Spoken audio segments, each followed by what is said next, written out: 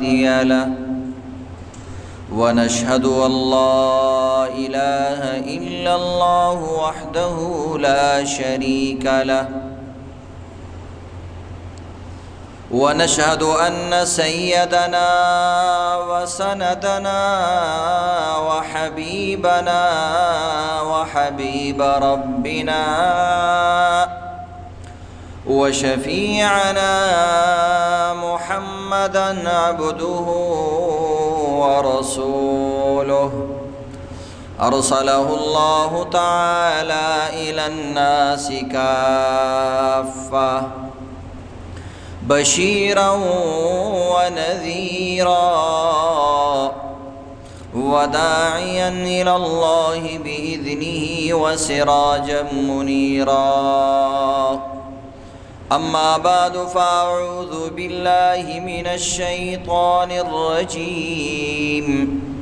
بسم الله الرحمن الرحيم والكاظمين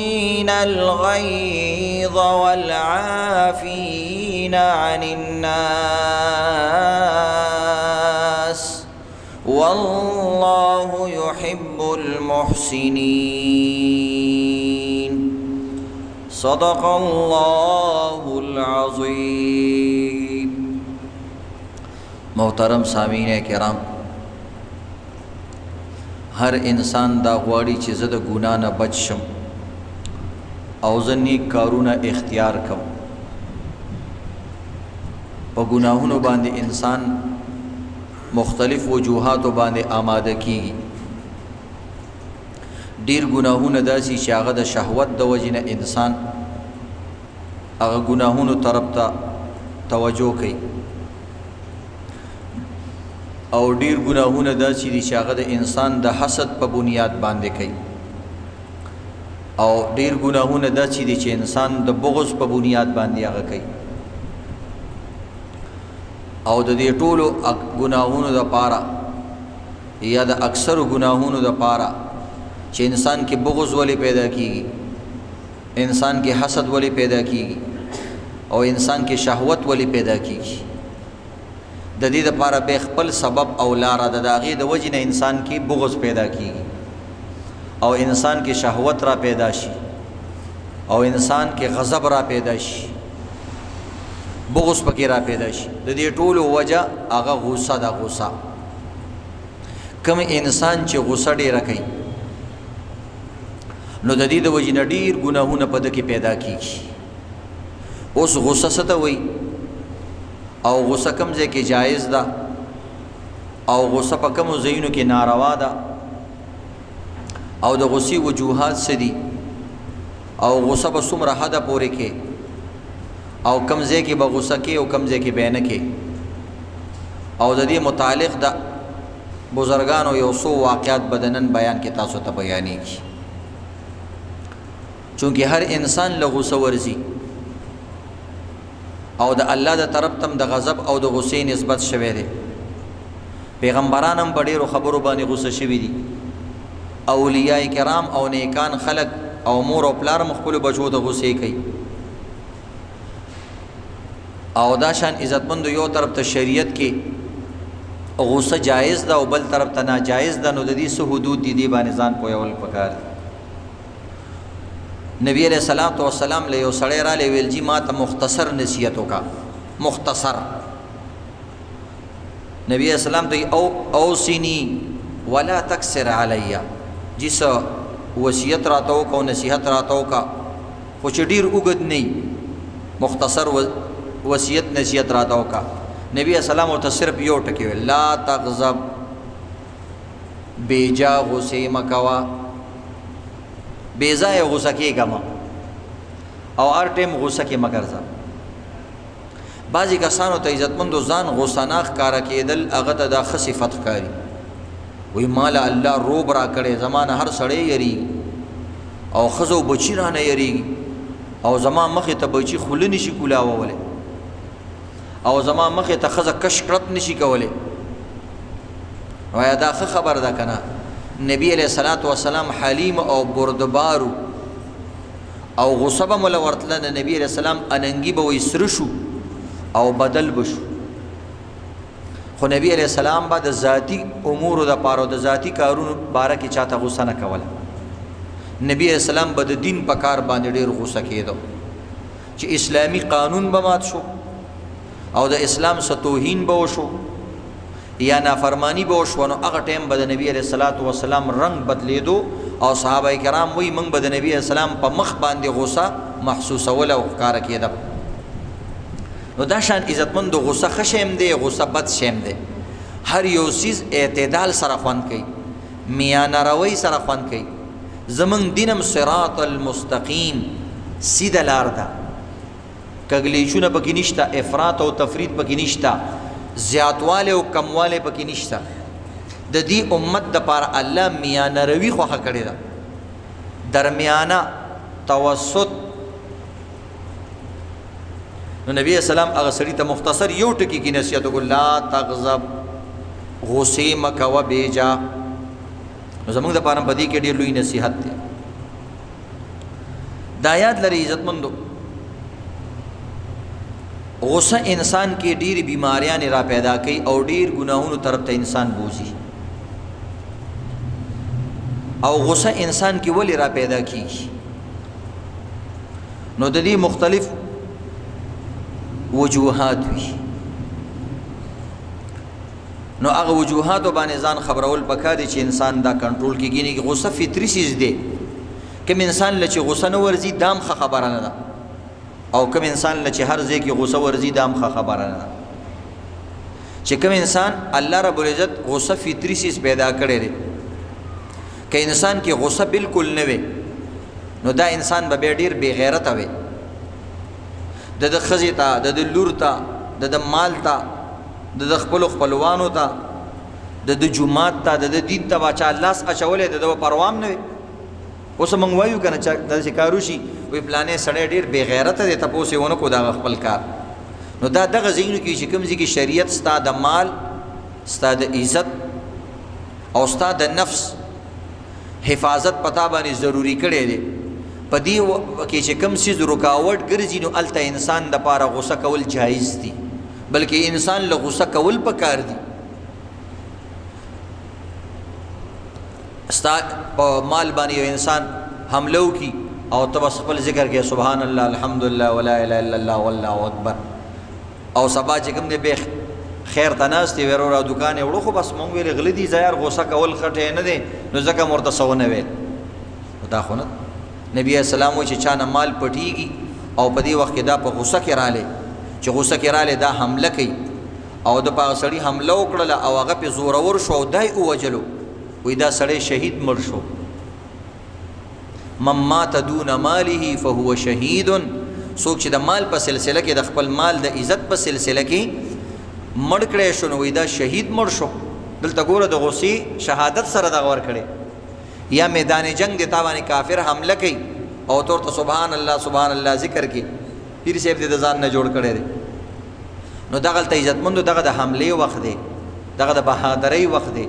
دا د مقابله وخت دی نو زمونږ دین ډیر عجیب سیس چې کم خصفت دی هغه دین کې خامخا جایز دی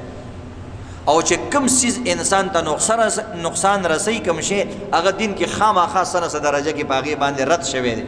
او داغي مذمت بیان شوی دی نو دی وجه نه عزتمندو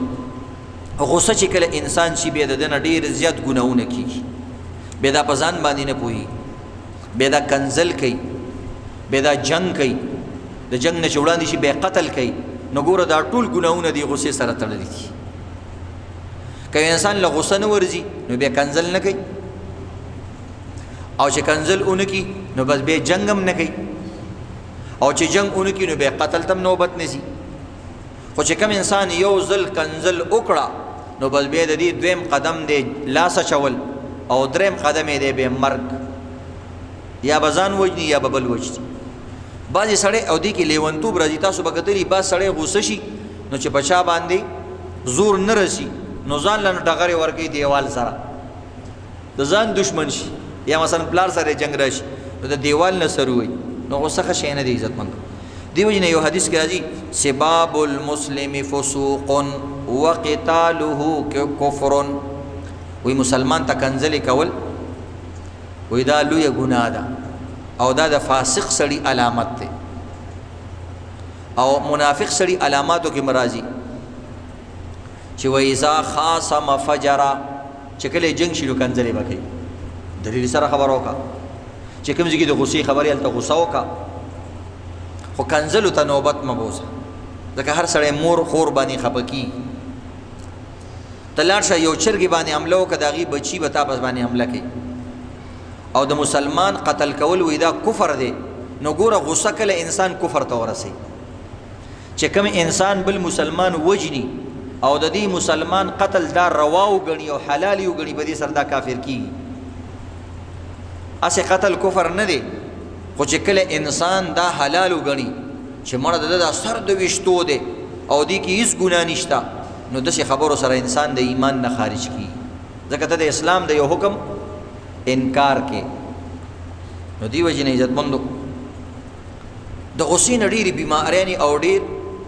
ګناونه پیدا کیږي یو بغض پیدا کیږي انسان سره چې کوم انسان ته غصه شوي خامخا به هغه سره بغض پیدا کیږي نو ګوره غصه ځان له حرامه ده او چې غصه دی وکړل او بغض دی پیدا شو نو بل ګناي جنم را وکړل بل ګناي را پیدا کړل او بغض هم دی پیدا شو نو دی وجه عزت مند بغض شو او بل بیماری د غصې نه پیدا کیږي هغه ته وي حسد کینا نو دا ټول د غصې د وجه نه دا بیماری نه پیدا کیږي نو د کوم انسان چې په غصه باندې کنټرول وي نو بس بیا د غضب تم نرسي ګنا او حسد تم ګنا نرسيږي نو دا ټول ګناونه عزت مندو د غصې د وجه نه پیدا کیږي او قران کې الله رب العزت چې کم خلق غصص کی دا غوي صفت کړي دي الله رب العزت د نیکانو خلکو تذکرہ کوي ول کاظمین الغیظ وی نیکان بندگان هغه دي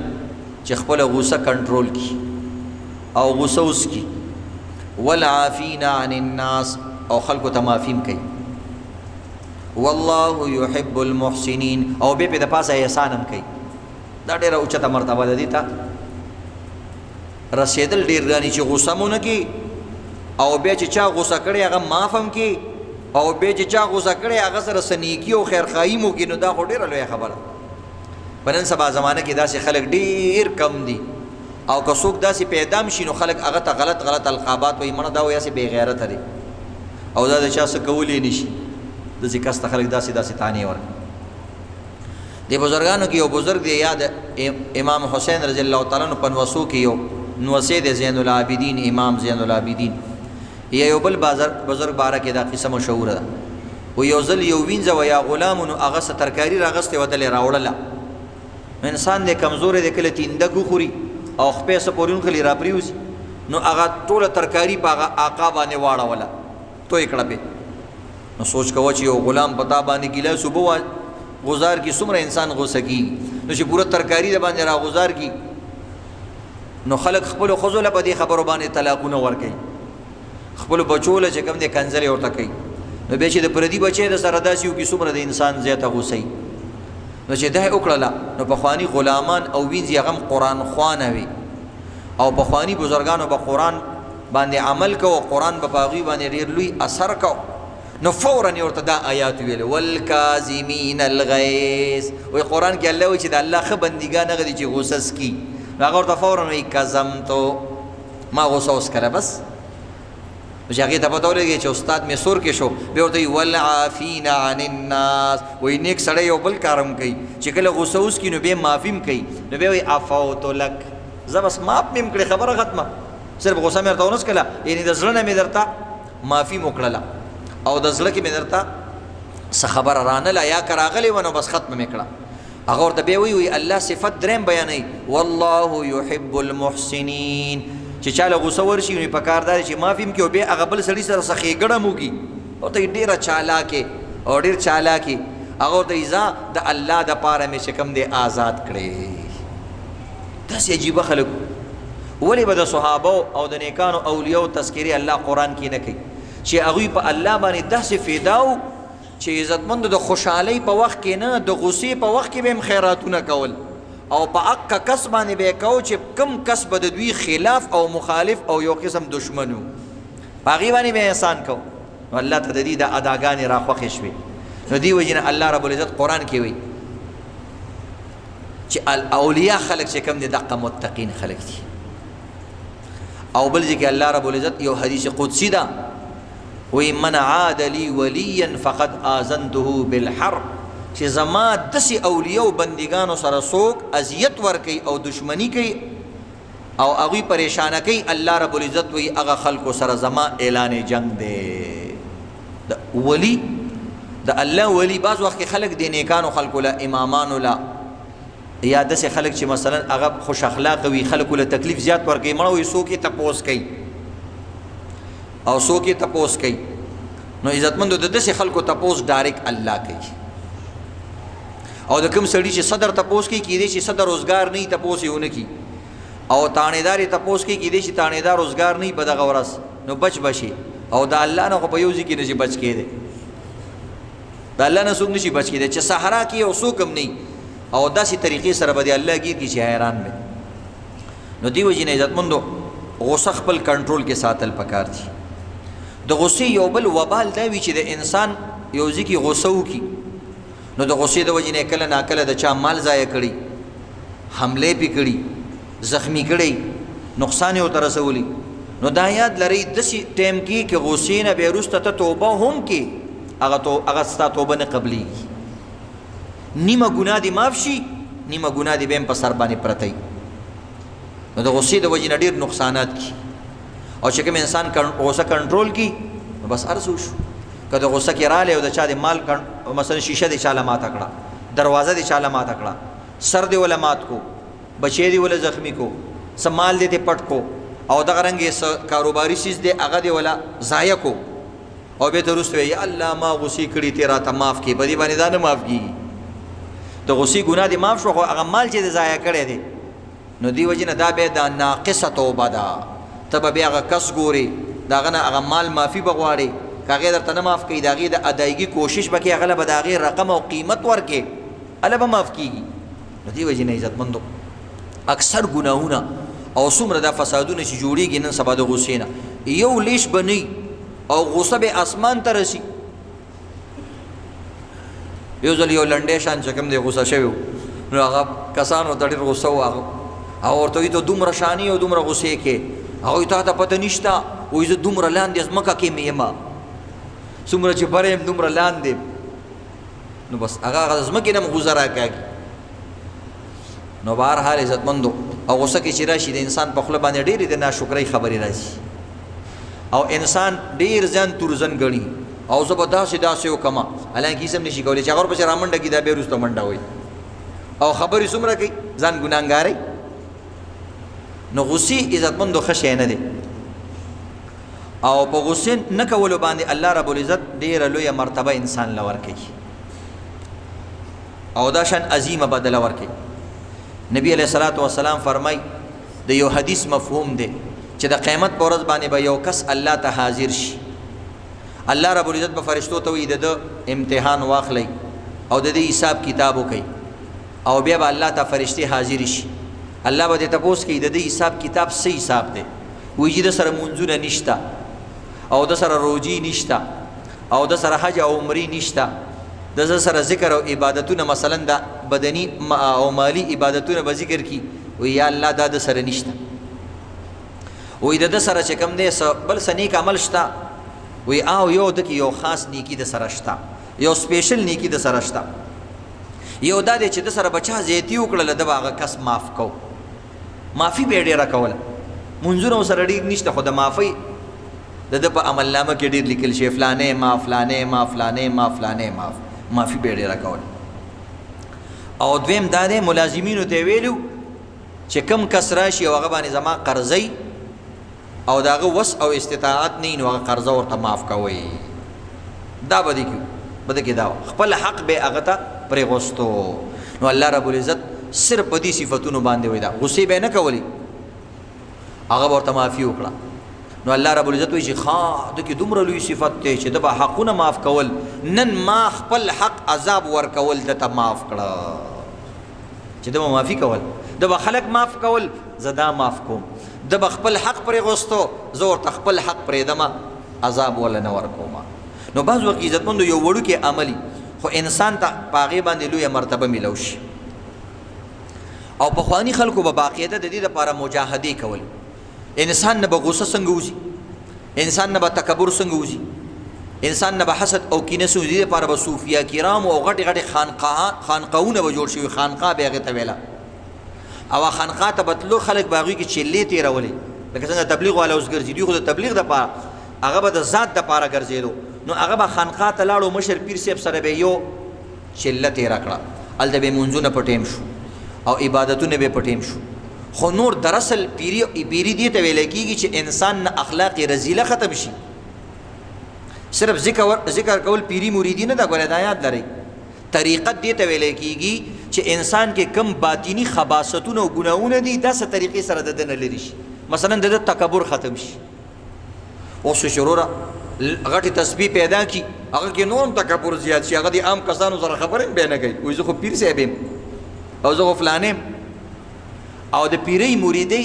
اصل خبره دا ده چې تا نه کې باطینی صفتونه پیدا شي ښه، او باطینی غلط صفتونه تا نه ختم شي. دا کامیاب پیری مرید دی. وایي نه دې ته طریقت وایي، او دې ته به عزتمندو باطینی امور ویلو، دنه امور. زمون یو عالم تیر شوی شاه عبدالقدوس گنگوهی رحمت الله علیه، په هندوستان کې گنگو علاقه کې دا اوسېدلو، یو لوی پیرو. خو د ده بچي د ده د خپله څه استفاده او فایده ډېره وانغسته، د علم بنیاد کې او د طریقت په لاره کې او د پیرۍ مریدۍ په لاره کې او د خوش اخلاقۍ په لاره کې. عموما چراغ تلې اندیره، وایي د ډیوې لاندې تیارۍ. او زمونږ عالمان وایي اوس جدید دور دی، د راډ د پاس هم تیارۍ، نور هم پکې ترقي راغلی. مخکې به لاندې تیاره وه، اوس باندې هم تیارۍ. چې راډو لګېږي نو بره ته تیارۍ،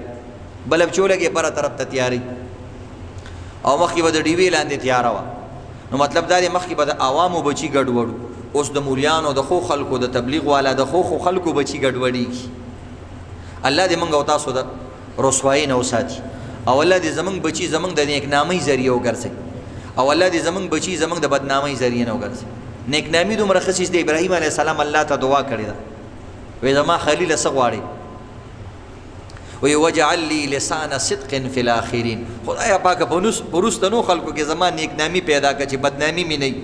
چې څوک را پسې بد ردې نه وایي. نو نیکنامي ښه څیز دی عزتمندو. او کله ناکله یو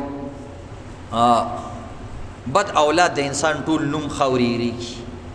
نو د خپل اولاد ډېر خیال ساتئ. نو شاه عبدالقدوس رحمه الله د دې چې کوم زوی هغه د پلار نه ډېره فایده ونه کړله. نو چې کله پلار وفات شو،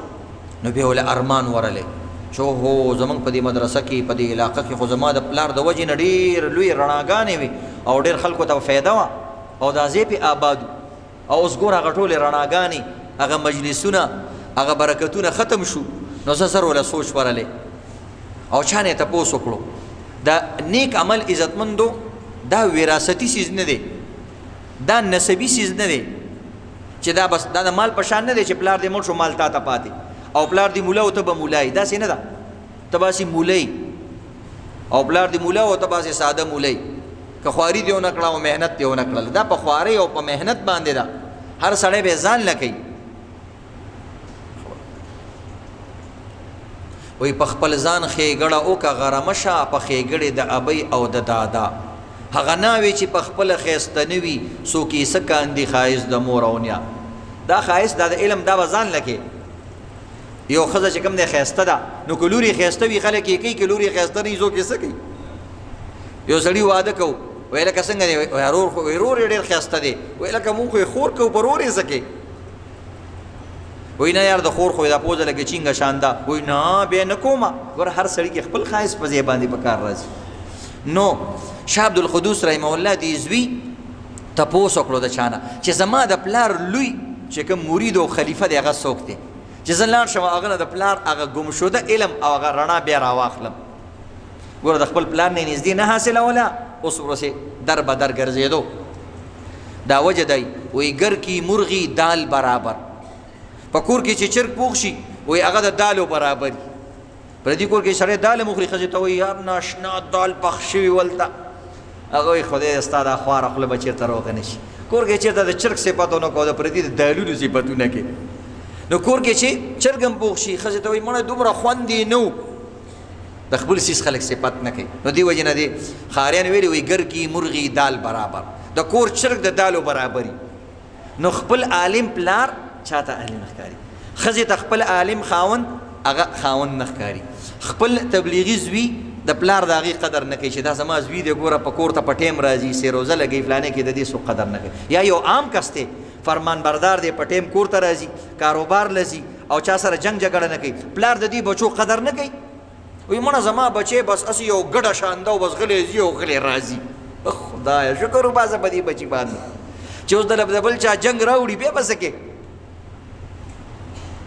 نو دې زوی د دې عالم زوی ته چا وویل چې ستا د پلار چې کوم لوی خلیفه دی هغه په بلخ کې دی په بله علاقه کې دی بس د چې کوم دی سفر وتړل او سامان یې وتړل ویل ځم سفر له بلخ ته نو عالم ته یې پهله خط ورلېږلو چې زه تاله درځم ملاقات له پوی کړی نه و چې څه له درځم نو هغه ډېر خوشحاله شو چې زما د پیر صاحب او زما د استاد زوی را روان دی نو هغه بار سټاپونو ته او د کلي بار یې ورته مریدان راولېږل او دا یې ډېر عزت او اکرام سره وصول کو او ځان سره یې بوتلو بیا 2-3 ورځې د ده ډېر زیات اکرام وکړو ډېر خوراکونه یې پرې وکړل او ډېر ادب سره به هغه پیر صاحب دته ولاړو څپلۍ به یې ورته سمولې چې دا زما د پیر صاحب زوی دی د استاد زوی مې دی نو اخره کې ورته دا پیر صاحب زوی وي چې زه یو مقصد باندې راغلی ویل څه مقصد دې څه دی وایي زما مقصد دا دی چې ما سره د پلار علم او رڼا نشته دی او نن هغه تا سره تا نه هغه حاصلول غواړم او زه ستا مرید جوړېدل غواړم ویل ښه بس یکدم ورسره هغه پیر صاحب هغه طریقه بدله کړه اوس خو شاګرد شو که نه مخکې د پیر صاحب زوی اوس شاګردي اختیاروي ویل ښه ویل بیا داسې کوه سم د ساره دا مخامخ دا حمام دې لیدلی دی لکه اوس دا ګیزر لګېدلی پخوا به د اوبو ګرمولو دپاره هغوی داسې سموار شاني ښی او هغې کې به اوبه ګرمولې خلکو به پې اودسونه کول ویل دقه سموار ته به سم د ساره کښېني او د تهجدو ټایم نه چې راپاسېدې نو دې ته به لرګي ږدي او دا به بلې چې د اوبه ګرمېږي چې دا خلک پې اودسونه کوي هغه حیران شو چې زه خو د پیر صاحب زوی ما یکدم دا باندې دقه کار به کوي وجه دا نه عزتمندو د لوی خلکو اولاد کې چې کوم دی څه نه څه تکبر موجود وي که هغه د مال اعتبار صحیح که هغه د علم اعتبار صحیح څه نه څه ګمنډ عجب او تکبر په دې کښي نو هغه پیر صاحب ویل چونکې دا ماله اصلاح له راغلی دی د دې اصلاح به کوم د ټولو نه اول دنه تکبر ختمول پکار دی دې ته ویلی کېږي طریقت او پیری مریدي دې ته وایي او چې د پیر صاحب له لاړ شي او لاسو سره ډک میلاو کړي او پیسې والي او هغې جب کې کېږي او درته وایي زه سبحان الله سبحان الله صرف کوو نور دې تپوس نه کوي چې اخلاق دې څنګه دي او غصه کې که نه کې او تکبر دې ختمیږي که نه د دې نه تپوس کېږي نو دا پیر نه دی دا ګڼ کپ دی دا ستا اصلاح نه کوي دا یاد لرئ عزتمند نو لکه د پنجاب دا پیران عزتمند پرتوک بنا چي او استا تربیت کوم الکه ته پیل خپل تربیت وکړه اوس به هوا راشي کمیس به دې اوچت شوي او لاندې باندې تاکال به دې ښکاره شي بیا به څه کوې نو دین عزتمندو او پیری د علم و عمل نوم دی هغه پې دا کار و هغې ته یې کېنول به چې سار برانې غریب ګیره کې به چې کوم پوکي به والیو او هغه د اور هغه سپرغۍ او هغه څیزونه به په جامې به ولې سوری کړې وي او رنګ به ټول خړ شوي ټوله شپې به پوکي ورکوو هغه دغه ته حمام هغه لرګو ته بیا د ده امتحان اخیستو چې دنه تکبر ختم بعض وخت کې سړی داسې عجیبه کارونه وي چې ډېر عاجزۍ والا کارونه کوي بیا هم پکې تکبر وي لیکن بیا امتحان اخیستو چې دنه دا تکبر به وتی وي که نه نو د دې پیر صاحب په کور کې یو بنګي و موږ ورته جمعدار وایو چې کوم کور کې بیا صفایانې مفایانې کولې خزلې وغیره ګند به راغونډولو نو یو ورځ دی بنګي ته دا پیر صاحب وایي چې ته سهار تېرېږي نو داسې د دې زما د دې پیر صاحب زوی مخې ته تېر شه او ته بیا ګوره چې دا څه ریاکشن کوي څه رد عمل کوي بیا ما ته ووایه نو به چې سهار هغه بنګي د دې مخې ته تېر شو هغه ورته یو څو خبرې وکړي بله لار نشته چې ته زموږ دې مخې ته تېرېږي په هغې ولې نه ځي او دلته تېرېږي طبیعت دې راله خراب هغه پیر صاحب ته وایي جي سړي کې حسن لشه شته لا نه دتې وتې ویل ښه بس بله ورځ یې پې کار زیات کو ویل نن دا کار بم کې دا کار بم کې دا کار بم کې بیا بله ورځ بیا هغه بنګي مخې ته ورولېږلو وایي نن پې لږ سان ګند مې وروله چې ګورو چې څنګه شو چا پې لږ ګند ورویشتو نو سړی ښه شوي خو داسې بره شان یې ورته وکتل په غوسه کې ورته وکتل هغه ویل جی سنه سلشت یو ته د خدای نیم پکې پاتې ده اوس هم سړی ته برک برک ګوري بس هغه بل ورسې بیا داسې سکارونه مارونه یې پې نور وکړلو د دې مقصد دا وي عزتمندو تکبر ډېره لویه ګناه ده او دا په خبرو سره په انسان نه نوځي یعنې خبرې زم ډېر تقریر کوم تم دومره تقریرونه دي اورېدی د ټولو مولیانو او دغه رنګې موبایل د سره د بیانونو نه ډک دی خدا دې عمل نشته نو دې دپاره باقاعده عالم سره وخت تېرې نو چې بله ورځ یې بیا پوره ګند ورغزار کړو او دې سړي څه ونه ویل او سر یې مروچت نه کړو نو پیر صاحب ته وایي چې شاګرد ډېر کامیاب شوی دی قسم دی ما پې ټوله ټوکرۍ ورغزار کړه او بر یې مو نه کتل دا ډېر ګران کار دی دا خبرې دي مونږ خو چاسې مخې ته څوک اخوا دې خوا تېر شي مونږ د ساده خیر شاه شیخه فلانې او ډنګرې او عجیبه عجیبه خبرې کوو او دغه رنګ عزتمندو پاسه وا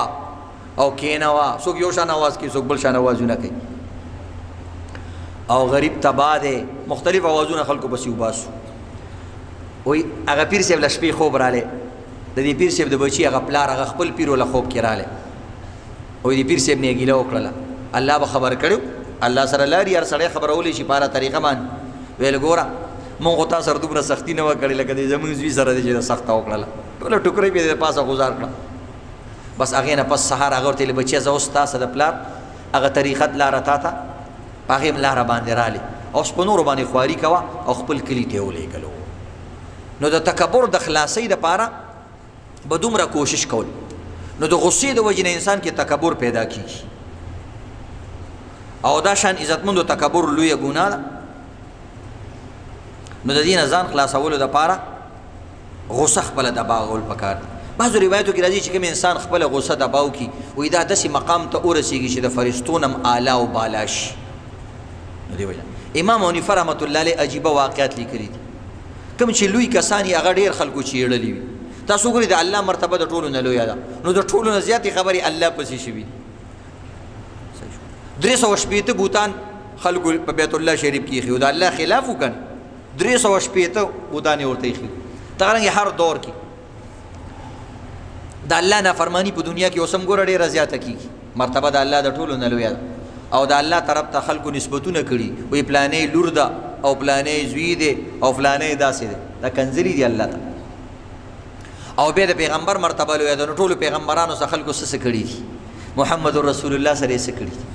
نو دغه رنګ عزتمندو نیکانو خلکو اولیاء کرامو سره هم خلکو سختې تېرې کړي یو طرف ته انعام د مولیانو د علماو د اولیاءو عجیبه ژوند دي عزتمندو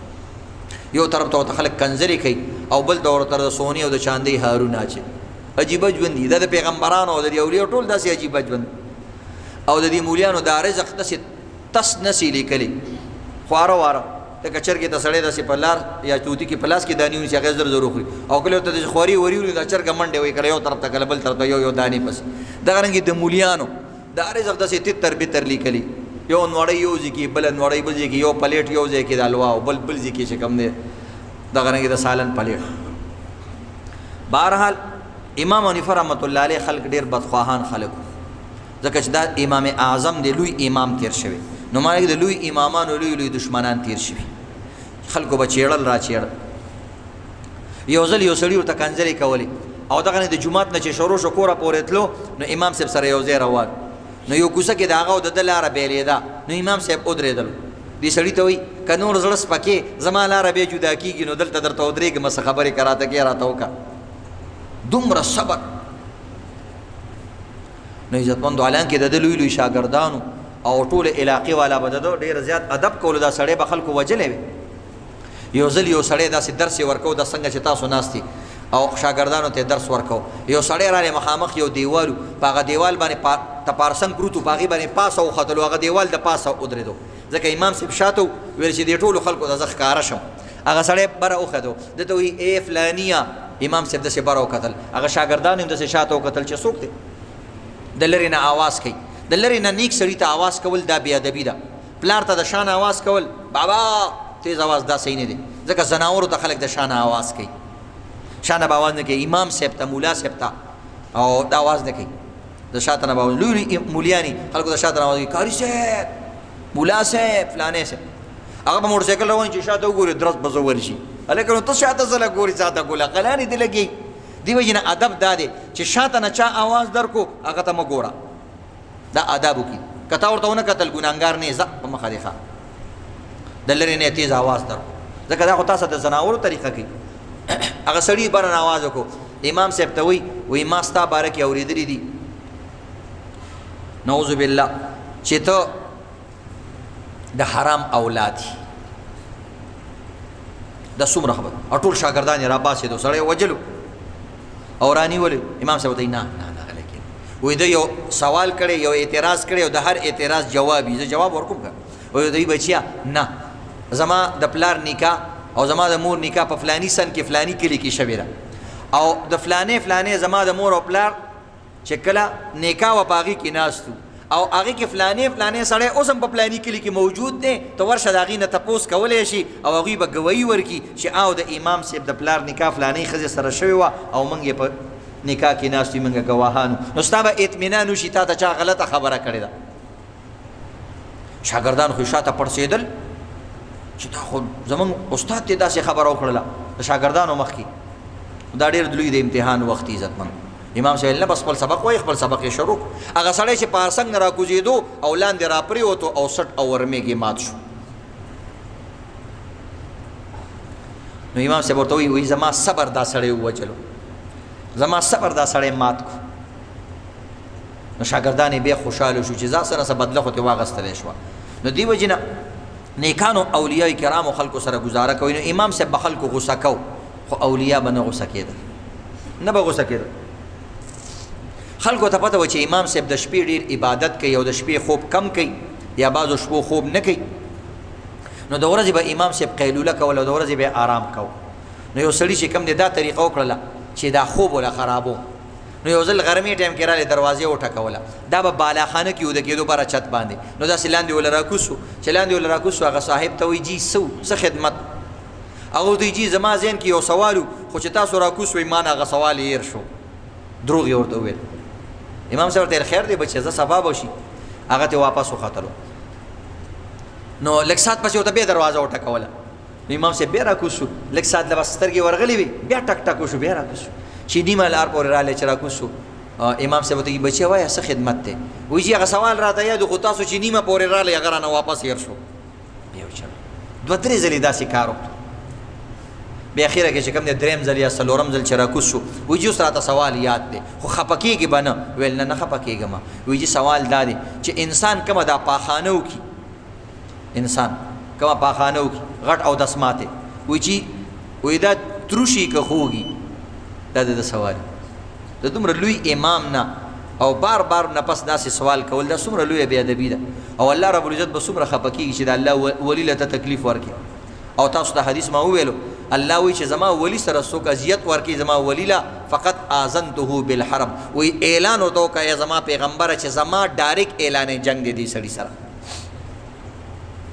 نو هغه ورته وایي بچیا وایي دا خو دې ښه سوال دی وکړو هېڅ خبره نه ده دې کې د خفګان څه خبره نشته وایي دا کله چې دا پاخانه وایي دا چې کله لمده وي نو دا خوږه وي او چې کله اوچه شي نو بس بیا پکې خوند نه وي بیا تروشي نو هغه بیا هم بې ادبي وکړه ویل جي امام صاحب تاسو چک کړې ده ډېر عجیبه خبرې ویل نه بچه د هر دلیل دپاره څه دلیل او څه حکمت او څه نښې نښانې وي وایي چې د دې څه نښه ده تاسو ته څنګه پته لګېدلې ده وایي د دې نښه دا ده چې کله د اودسماتې لوند وي نو تاسو وګورئ مچان دې له ډېر راځي او مچان خوږ څیز له راځي مټیان او چیني له هم راځي او دې له هم راځي او چې کله اوچ شي نو دې له بیا مچان نه راځي نو پته ولګېده چې دې کې اوس خوند نشته څومره وسیع القلب خلک او څومره نرم دینه خلک داسې خلک عزتمندو خلکو چیړلي دي او پازاب کړي دي نو د غصې نه ځان بچ کوئ د غصې نه د ځان بچ کولو تدبیر سره عزتمند غصه چونکې بې اختیاره څیز دی نو د اول نمبر چې انسان له غصه راشي فورا اعوذ بالله ویل پکار دي قرآن کې الله وایي وإما ينزغنك من الشيطان نزغ فاستعذ بالله شیطان د څه خبره په زړه کې راولي او غصه درځي فورا اعوذ بالله وایا نو اعوذ بالله د دې علاج دی فورا اعوذ بالله من الشیطان الرجیم یا لا حول ولا قوة الا بالله او نور یو دوه درې طریقې روایات او احادیثو کې راغلي دي او د نبی علیہ السلام د طرف نه منقول دي چې کله انسان غصه شي نو یې که ولاړې نو کېنه، او که په ناسته دله غوسه درشي نو ودرېږه مه سمله. دا طریقه راغلې ده، ودرېدل نه دي پکار. څومره عجیبه طریقه بیان کړې. تاسو ګورئ که نه کله چې انسان ملاست یو غوسه ورشي نو دا فورا راپاسېږي، او چې کله دا ناست یو غوسه ورشي دا فورا ودرېږي، او دا چې ټوپونه وایي او کیسټ هم شاته نښتئ، او کله تروش او اخوا دې خوا نښتي ټوپونه وایي. نو دې وجې نه شریعت څومره عجیبه د دې عکس طریقه یې د دې علاج وښودله چې ولاړې نو کېنه. نو چې کله انسان ډاون کېږي د ده غوسه مو سره ډاون کېږي، ښکته کېږي، او چې کله په ناسته غوسه درشي نو بیا سمله نورم ډاون شه. او بل دا علماو حکمت لیکلی چې دا ځمکه نه ده، دا ډېره یخه وي، او دا شان ځمکه کې عاجزي ده، دا پرته ده. نو په ځمکه کې سره چې انسان څومره نږدې کېږي ده کې عاجزي پیدا کېږي او غوسه ده ختمېږي. نو دې وجې نه چې کله انسان غوسه وي داسې ځای دې ګوري چې هغې باندې څه صادر نه وي، څه تولۍ نه وي، او هغه ځای پاک وي، هغه ځای باندې سملاستل پکار دي. دې سره د انسان غوسه ډېره کنټرول کېږي. او بعضو روایتو کې دا علاج راغلی دی چې انسان له اوبه څکل پکار دي، ځکه غوسه اور دی، اور، او اور په اوبو باندې مړ کېږي. نو دې وجې نه انسان له یو ګیلاس اوبه څکل پکار دي، یا که سر دې وینځي، یا مخ لاس دې ووینځي، یا نه اودس دې وکړي. نو دې طریقې سره د انسان غوسه څه شي؟ کنټرول شي او دا شي. نو په غوسې کې به عزتمندو اعتدال ساتي، ځکه غوسه پکار هم ده، یو د غیرت ځای راشي، او د دین دپاره، د اسلام دپاره، د لور دپاره، د ښځې دپاره، نو هلته خو پکار د غوسه. خو یو د غوسې راتلل دي. اعتدال څه ته ویلی کېږي؟ چې غوسه صرف ته د غوسې حده پورې وکړي، چې هغه غوسه د خپل حد نه کراس نه کړي، او د هغې نه تیر نه شي، د هغې نه وانه وړي. بس دا غوسه به غوسه جایز ده چې د حد نه، مثلا یو ځای کې صرف غوسه کول پکار دي، تا په سړي باندې سر مات کو، نو بس دا ځان له کار وکړه. یو سړي کې یو ځای کې تا له چا سوک درکړی نو ته سپېړه ورکولی شي، خو تا تمانچه راوویسته ډز سړی دې وویشتو، دا غوسه اوس ناروا غوسه ده. او غوسه داسې ځای کې کول پکار دي چې کوم ځای کې عموما چې ستا شاګرد وي، یا ستا ماتحت وي، او یا ستا بچی وي، چې هلته د غوسې څه فایده خو راوځي که نه. ځکه اوس بېجا ځای کې پردی بچی دی، ورور هغه باندې د غوسه وکړه او سړی راووت او دلته چې کوم دی ښه ګوښمال کړي او د بوس سخی د نه جوړ کړو، نو ځان له دې کار وکړو. نو بې ځایه ځای غوسه نه دي کول پکار، اعتدال سره غوسه کول پکار دي، او طریقې سره غوسه کول پکار دي. بل غوسې وخت کې عزتمندو خپله غوسه نه دي سړول پکار. کله خپل بچی وي انسان پې راباندې کي، لاس پې مات کي، نو چې کله غوسه دې راله وروسته ټایم کې بیا مصنوعي غوسه جوړوه، او بیا هغه بچی راغواړه او بیا یو څو څپېړې وهه، نو هغه وخت کې به غوسه تا کې نه، ځکه غوسه کې انسان کې انتقامي جذبه را پیدا کېږي، غضب ورسره شامل شي، شیطان د سره مدد کوي. نو کله انسان ښځه طلاقه کړي، کله پلار ته کنځلې وکړي هغې عاق کړي، او کله عزتمندو چا سره چې کوم دی غوسه وکړي هغه سره ټوپک تمانچه وکړي، غټ مرض ورته جوړ شي، او بیا کله کله خپل کور او ګودر هم پرېږدي، او لاړ شي فرار شي او مخرور شي. ډېرې مسلې د دې نه جوړېږي. نو دې وجې نه عزتمندو اعتدال درجه کې چې کوم دی غوسه ساتئ. د غوسې صحیح طریقه څه ده؟ نو حدیث کې راځي من اعطى لله ومنع لله واحب لله وابغض لله فقد استكمل ایمانه. وایي کوم انسان چې چاله څه څیز ورکوي د الله دپاره یې ورکوي، که یو سړي نه څه څیز ایساروي د غوسې د وجې نه، د الله د وجې نه، که دا شی دله زه ورکوم نو دا پې خرابېږي، یا بې دا چرسي پوډري کېږي، او الله دپاره مینه کوي، او دغه نه وابغض لله چا باندې غوسه کوي د الله دپاره یې کوي، نو فقد استکمل ایمانه، د ایمان کامل کیږي. نو غصه به د الله دپاره کې، او خپل حد کې به کې، او د سړي ذات سره به نفرت نه کې. یو سړي نه غلط کار وشو د هغه ذات سره به نفرت نه کې. موږ ورته وایو ستا اووه نسله باندې دې لعنتي، او ستا په ابا او اجداد باندې دې لعنتي، داسې قیسې ورته بیا کوو، دومره غصه شو. او ستا که نیکه هم د قبر نه راپاڅېږي زه دې بیا نه معاف کوم، او ستا هغه په غور نیکه باندې هم داسې ستا د هغه هم داسې وکړم، یا نیکه مو له یاد کړي. داسې طریقه نه دی کول پکار، او د هغه سړي د ذات نه نفرت نه دی کول پکار. نو بیا دې طریقې سره هغه درمیانه غصه شي. الله رب العزت دې موږ او تاسو د بد صفت نه وساتي، او چې څومره غصه جایز ده هغه حده پورې دی. الله رب العزت موږ حدود کې دنه پاتې کېدلو توفیق راکړي، او الله رب العزت دې د انتقامي جذبو نه زموږ او تاسو حفاظت وکړي. آمین یا رب العالمین.